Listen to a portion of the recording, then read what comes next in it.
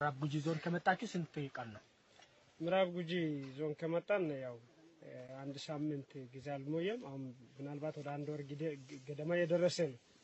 ከገባም በኋላ ቀጥታ መጀመሪያ የተሰጠን ግዳጅ ምዕራብ ጉጂ ጠቅላላ ያለውን የጠላ እንትን የሸኔ እንደ ወንበዴ ተብሎ ተሰይሞ ሀገር ያፈርሳል በሚል ይሄንን ማጥፋት ተልእኮ ወይም ደግሞ ዘመቻ በሚል ስራ ግዳጅ ተሰጥቶን በምንወጣበት ጊዜ መነሻ ያደረግንም ቡሎ ወራ ከቡሎ ወራ መነሻ ያደረገን እኔ የነበርኩበት ወደ ቃርጫ ከቃርጫ ወደዚህ ወደ ቦደዴ መስመር በዚህ እንድንመጣ ተደርጓል። ከዛ በኋላ የተነገረንና ሸኔ ደግሞ አቅም የለው የታጠቀ ኃይል አለው ግን አይተኩስም ራሱ እየጠፋ ያለው ነው ህዝብ የሚዘርፍ ነው የሚል ነው የተነገረን እና እዚህ ጋር መተን ደግሞ ስናይ ስንገጥመው ባላሰብነው ሰዓት ከኛ አቅም በላይ ሆኖ አግኝተናል። ከኛ አቅም በላይ የታጠቀ የተዘጋጀ ኃይል ሆኖ አግኝተን ከዛ በኋላ የ38ኛ ክፍለ ጦር እዚሁ ገፍታለች። በዚህ በምንገባበት ጊዜ ቀጥታ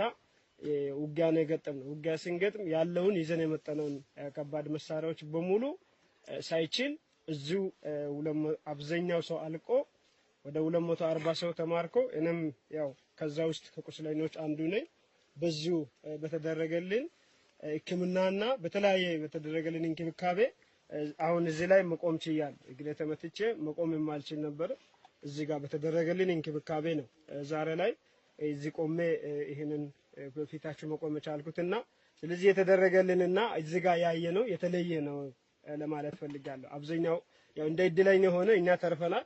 ብዙ አብዛኛው የ38ኛ ክፍለ ጦር እና 39 ክፍለ ጦር በዚህ ግንባር የተንቀሳቀሱ እነሱ ናቸው።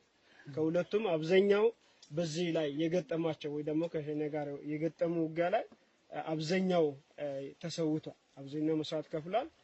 በዚህ ውስጥ ደግሞ ያው የተማረከው 240 ሰው ነው። ከዛ ውስጥ አንዱ እኔ ቆስዬ ነው እዚሁ በእናንተ መሀል የተገኘሁት ማለት ነው።